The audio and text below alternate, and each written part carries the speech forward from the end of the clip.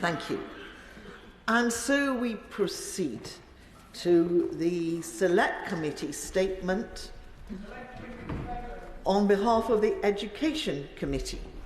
I will shortly call Mr. Robin Walker, who will speak for who's the chairman of the committee, who will speak for up to 10 minutes, during which no interventions may be taken. At the conclusion of his statement, I will call members to ask questions on the subject of the statement. These should be brief questions, not full speeches. Can I emphasise that questions should be directed not to the relevant government minister, but to the Select Committee chair. And front benchers may take part in questioning. I call Mr. Robin Walker.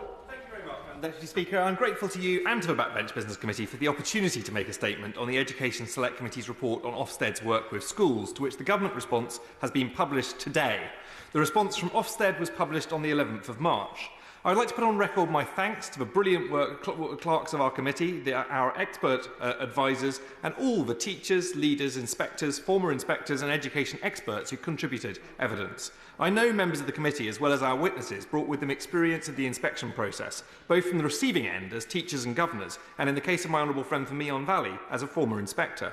I know that the pressures of local elections mean that many members who contributed to this report can't be here today, but I am glad that we were able to make all of our recommendations unanimously, and I am grateful for the contributions of members on all sides of the House. Our inquiry was called in the midst of heightened concern about school inspection, following the tragic events at Caversham Primary School, and whilst the inquiry was not focused on that specific case and had to be careful not to trespass on the work of the coroner, which was ongoing for much of its duration, I do want to pay tribute to the family of Ruth Perry for the dignified and thoughtful way in which they have sought to raise concerns, ensure lessons are learned and reforms made. The coroner reported just before the end of the inquiry, and we included in our report a commitment to follow up on all of their recommendations, something that I know every member of my committee is looking forward to being able to do. We shall be taking evidence from the new Chief Inspector before the summer. Through the inquiry, we heard widespread agreement on the importance of an accountability system and the role of an independent inspectorate, but also concerns around stress and anxiety experienced by school staff due to the high-stakes nature of Ofsted's inspections. The report highlighted criticisms both of how inspections are carried out and reported, the workload they generate and the complaint system. We heard concerns from current and former inspectors about the length and depth of inspection, and we took evidence on the impact of successive frameworks over time. The committee heard that relations between Ofsted and the school sector have become extremely strained and that trust in the inspectorate was worryingly low. We said in our report that the appointment of a new Chief Inspector provided a crucial opportunity to restore trust, and in that regard our first recommendation was that in his big listen with the sector, His Majesty's Chief Inspector must ensure he is listening to a wide range of views, including those of teachers, school and trust leaders, governors, parents and pupils. In doing this, he must ensure that Ofsted is genuinely open to engage and willing to reflect on where it needs to improve. We're glad to see that in both Ofsted and the Department's responses, this process is being treated seriously. Ofsted said, "We have done much since January 2024, but much more is to come.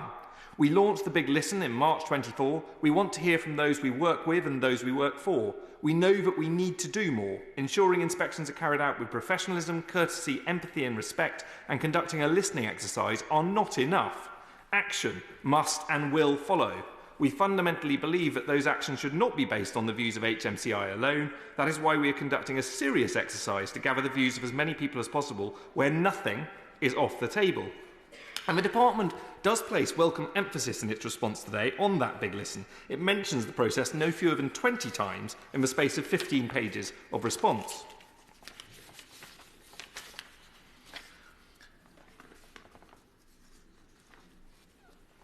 Madam Deputy Speaker, we heard serious concerns through our inquiry about the single word judgment, and the committee has made recommendations to both Ofsted and to the Department to rethink the process, to consider serious alternatives and to look at what other jurisdictions do, both inside and outside the United Kingdom, in that respect. As part of that, we encourage them to use this process to engage in a serious discussion about genuine alternatives. And we also encourage them both not just to focus on the overall judgment, but to encourage schools and the department to look at all the sub-judgments that are reached within Ofsted's reports and publicise those just as much as they do the headline judgment. In their responses, Ofsted have been clear that this is within the scope of the Big Listen, and the department, while stressing what they see as the significant benefits of the current system, were clear that they are continuing to listen to the sector's views and to look at alternatives to 4 single-word judgments, including, quote, looking at various approaches taken internationally. This in itself would represent a welcome shift from some of the language that was used during the course of our inquiry and a welcome acknowledgement of the need to look at alternatives. I am disappointed, however, that this morning the department appears to have gone further and ruled out changes to single-word judgments, prejudging the outcome of the consultation process and making any consideration of alternative systems academic. Ministers would be better advised, in my view, not to rule out any changes, and both they and Ofsted would be right to ensure that feedback from the Big Listen and a wide range of comparisons are able to be taken into account before final decisions are made. We're glad that both Ofsted and the department have emphasised the importance of all judgments and set out steps to improve the visibility of sub-judgments as per our recommendation. In conjunction with that, the committee said that DfE should reassess its policy of maintain schools which receive 2 requires improvement judgments being required to become academies. We also called on the department to ensure that regional directors who decide academisation orders genuinely take into account the views of local stakeholders before making a decision and call for an increase in their accountability to this House. DfE's response says it keeps this policy under review and will have regard to stakeholders' views. It also argued that presumptions in favour of academy orders are rebuttable and that in each case the particular circumstances of the school, the needs of its pupils, will be assessed in the round in order to establish the best course of action. They confirm that, quote, in line with the Civil Service Convention across government, regional directors continue to be available to give evidence if called before Parliament, but go on to say approval for their attendance rests with the Secretary of State. I would hope that my committee or its successors will be able to hear evidence directly from them, and given the wide scope of their powers, their importance within the system, I think this is an important element of accountability. The committee also recommended that there is broad agreement that inspections are not currently long enough to cover the full framework and give an accurate picture of a school's performance. We accept that in the context of finite funding, any increase to the length of inspections would require a decrease in their frequency, and we're clear that we do not wish to return to the previous exemption for outstanding schools, which stayed in place for too long. On balance, we recognise there is a case to be made for a small reduction in the frequency of inspection in order to increase the value, length and depth of inspections. In the short term, the department should work with Ofsted to enable the inspectorate to reduce the frequency of inspections to approximately 5 to 6 years for good and outstanding schools, 3 to 4 for schools judged requires improvement or inadequate. This should be supported by better use of risk assessment to identify schools most in need of inspection. Ofsted should use the additional resource released by this change to enable inspections to be carried out in more depth. In the longer term, the department should support Ofsted in making a strong case for the Treasury for additional funding to carry out in-depth inspections. Funding for Ofsted should not be seen in competition with school funding, and any additional funding for the inspectorate must not result in less funding being made available to schools. Again, on the question of regularity and depth of inspections, Ofsted have been clear they wish to consult on these matters in the Big Listen, but pointed out quite reasonably that changing the 5-year timeframe is not in their gift as it is set in legislation. The department have rejected our recommendation of considering a reduction in the regularity of inspections in order to increase their depth, but they have acknowledged that they will work in partnership with Ofsted to ensure it has appropriate resources to carry out its programme effectively. Perhaps unsurprisingly, Ofsted stated we very much welcome the committee's commitment to supporting us in asking for additional funding for more in-depth inspections. As an example, we could inspect schools in greater depth by ensuring every inspection is led by one of His Majesty's inspections, and the inspection team has an additional inspector on the team. This change could provide a number of additional benefits, including allowing more time to explore the school's unique approach or allowing for a dedicated focus on a national priority area in each inspection. They costed this at £8.5 million a year, and we hope that ministers will consider this in future spending review discussions with the Treasury. Another area of key interest for the committee is MAT accountability, something my predecessor, as chair, called on Ofsted to have a role on. It was also called for in the Noble Lord Knight's Beyond Ofsted report and has enjoyed strong cross-party support in this chamber. The committee argued DfE should urgently authorise Ofsted to develop a framework for the inspection of MATs and set out plans for building expertise and capacity in this area. Ofsted, in their response, stated, "We welcome recommendation 28 and the committee agreeing with our evidence that the inspection of maths is appropriate and inevitable." DfE's response said it continues to actively consider how it might strengthen scrutiny of maths. It added, "This might include a role for Ofsted, and we look forward to hearing views on this through the Big Listen." We welcome the change in tone in this response from the evidence that was given to the committee during our inquiry, where the former schools minister appeared strongly opposed to maths inspection. We have pressed the urgency of action in this space, and that now feels like it is a step closer. We continue to believe that given maths play a large and growing role in the school system, mechanisms for their accountability need to be stronger. I welcome the acceptance of our recommendations 1, 2, 9, 15, 17 and 27 by Ofsted and their commitment to explore recommendations 1, 3, 5, 10, 13, 20 to 22 and 24 and 25 through the process of the Big Listen. The one recommendation they rejected was to conduct an independent review of the challenges for inspector retention, but they did so on the basis that they feel they already know the answers and this wouldn't be a good use of taxpayers' money, which I think we can understand. We welcome the respect that the government has shown to the process of the Big Listen through its response, but recognise that many will not be satisfied by conversations and will continue to call for more urgent reform. The government response highlights some important changes, including those to schools that are rated inadequate purely on the basis of safeguarding, and the fact that those can be rapidly re-inspected, which is certainly a welcome change. And Madam Deputy Speaker, we've heard some hopeful signs from the new Chief Inspector about his intent that the committee will continue to hold him and the Inspectorate to account for how they deliver on this. I want to give members the opportunity to respond to this, and I just want to conclude by saying what our committee heard overall is that Ofsted is needed, it plays a very important role within the system, but it does need to change. And we will continue to hold both the Department and the Inspectorate to account for the change we need to see. Thank you. Catherine McKinnell.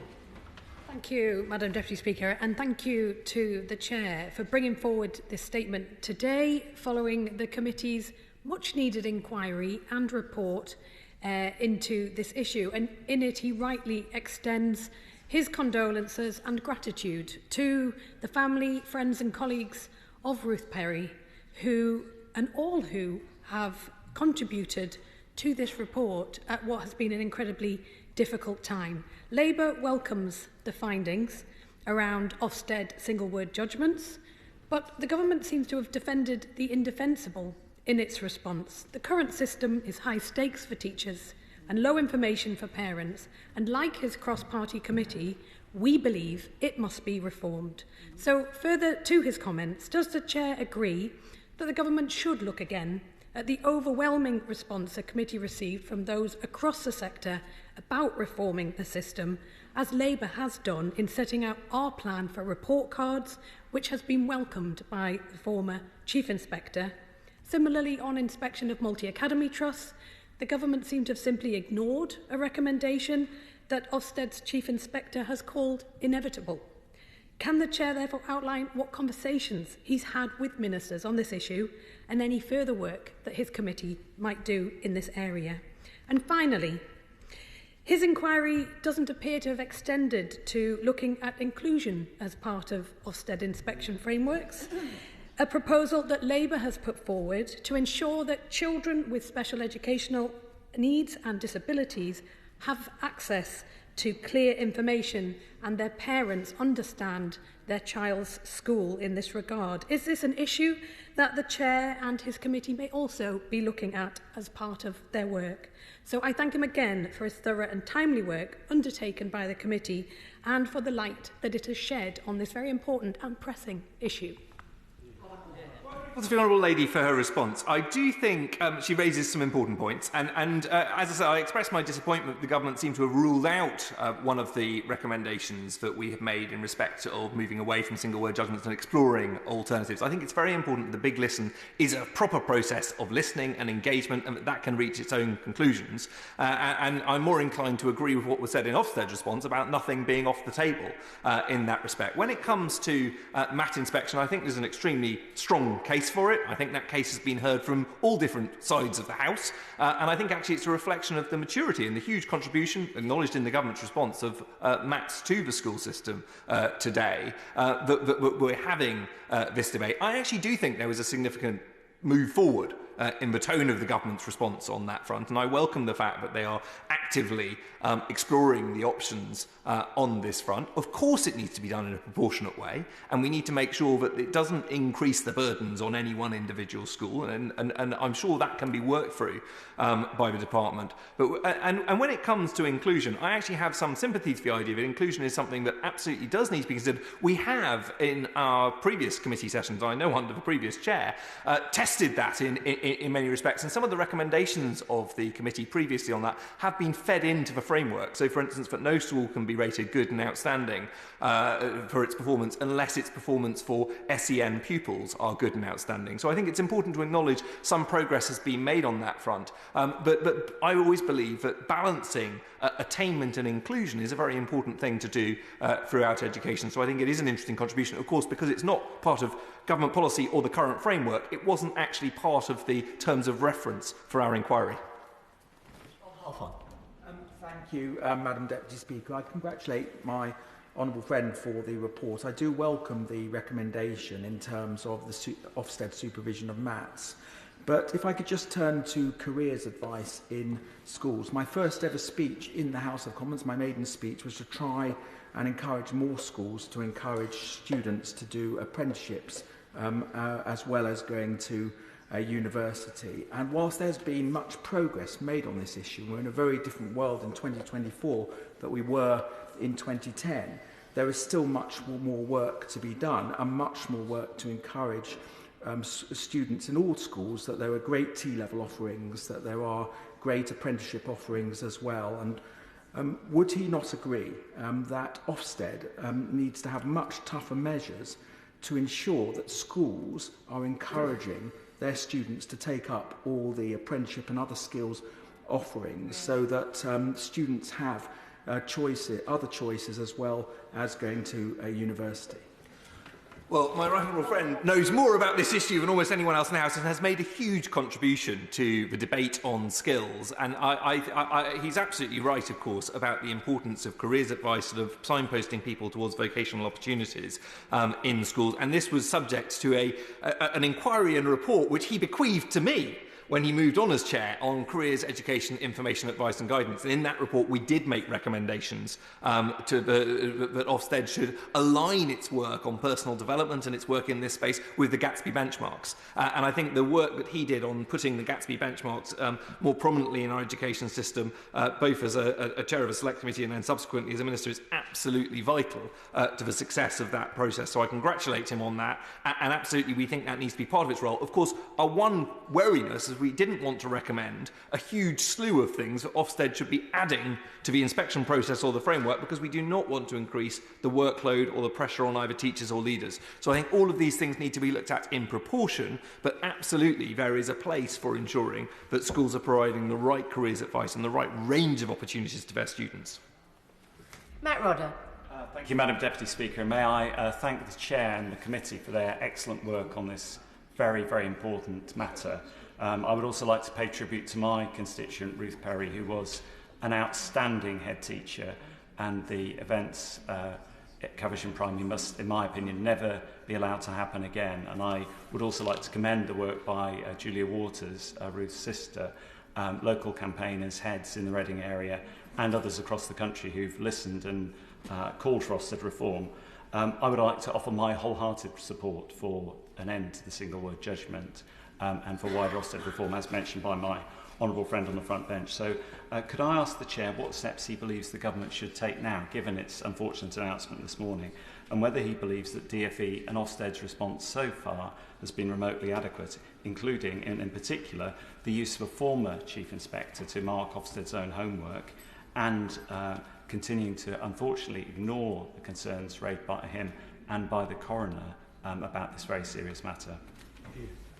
Well, I'm grateful to the honourable gentleman for the way that he's engaged on this and for the championing, quite rightly, of the interests of his late constituent and her sister, who, I have to say, I think has engaged in good faith throughout this process. I know that she's had meetings with the Secretary of State and with the new Chief Inspector of Ofsted, and I know that she isn't satisfied that this goes far, that the government has gone far enough to date. I urge both the government and Ofsted to ensure, as we've said, that the big listen is a genuine process that takes nothing off the table. and that they do respond in depth to the feedback on that. And when it comes to the independence of the person who's been appointed to look into that, I think it's absolutely legitimate for his constituents to raise concerns on that front. But equally, I would point out that other organisations, including the NEU, not notably friends of Ofsted, have actually praised the appointee for their independence. So I think this is something that will have to be considered carefully. I think it's vital that the process itself shows that it is conducted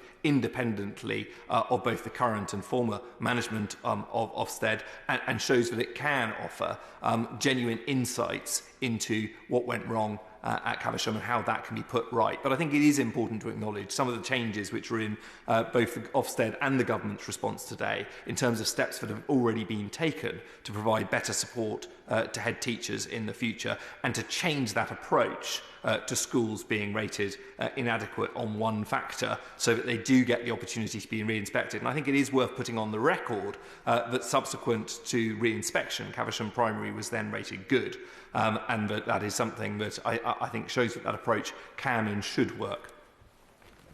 Anna Firth. Thank you, Madam Deputy Speaker. As a member of the Education Select Committee myself, I want to thank my honourable friend for his excellent statement and for the fantastic report that it is based on today. And can I just take this moment, Madam Deputy Speaker, to also thank my honourable friend for being a brilliant chair of the Education Select Committee.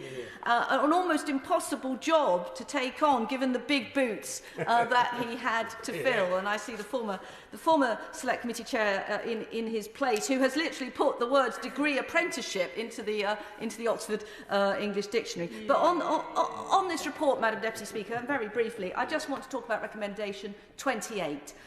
Because the committee has recommended strongly that the process for MAT inspection should be delivered as a matter of urgency. That's a recommendation that was also made by predecessors and others, and indeed accepted by Ofsted itself. So I'm pleased with the change in tone from the government, actively considering. But would you agree with me? We need to go further. Given MATs are now the biggest part of the education system, we need to go beyond actively considering. We need to accept these recommendations, and the MAT inspection regime should now be delivered as a matter of urgency. In a word, yes. Kevin Brennan. Thank you, Madam Deputy Speaker. A long time ago, when I was a teacher and the Honourable Member for the Cities of London and Westminster was a pupil in Rodda Comprehensive School where I was a teacher, we were inspected, and it is, a necessary part of the system, but it can be very challenging for all concerned. So I very much welcome if I can use a single word, the outstanding report from the Select Committee today, and I'm very disappointed that the government hasn't accepted its recommendations. One of the recommendations is about extending the length of time that schools could wait before they are re-inspected after an outstanding finding.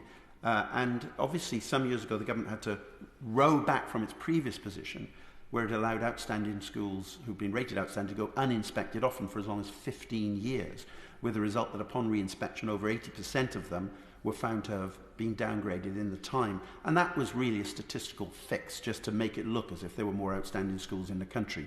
And we heard that over and over again in this chamber. Is he confident that if the period is extended, that we can avoid going back to that situation where schools are left to languish uninspected because of a previous outstanding report or finding, when in fact there are real problems in those schools? Well, the Honourable Gentleman, as he often does, raises, I think, a very important point. Give me a moment, Madam Deputy Speaker. When I became a minister in the department, one of the first questions I asked officials was this exemption still in place? Could we end it if it was still in place? And I was relieved to find out that, in fairness, my predecessor, the Right Honourable Gentleman for Bognor Regis, had already removed that outstanding exemption. If he hadn't, I would have done, because I share many of his concerns about how long it was in place for, and that was clearly a mistake. And it clearly built up pressure within the system, which was deeply unfortunate in some circumstances. I think where we are now, of course, we are back to a 5-yearly cycle. And what we were querying is, could we be more risk-based in our approach to that? All schools should be inspected on a regular basis, but I think there is an argument for good and outstanding schools to be inspected slightly less regularly, and those which are requires improvement or inadequate to be inspected more regularly so they have the opportunity to turn themselves around quickly. And that's the argument we were making. I understand and I respect the reasons why the government may not feel that's appropriate and why they feel it's right to have a level playing field. And they rejected that part of our recommendation. But what we did recommend is if that was the case, we anticipated that they might reject that. If that was the case, they really need to help Ofsted make the case to the Treasury for the funding it needs to do all of those inspections properly, and particularly for those schools which are in need of a turnaround, those schools which know that they need to improve, to have the resource and the support of a really in-depth inspection which engages with teachers across the board. So that's the case we were making, and I read the government's response as a partial acceptance of that case, albeit not one that puts us at any risk of returning to a situation in which schools languish, as he says, uninspected for long periods of time. I thank the Chair of the Select Committee for his statement.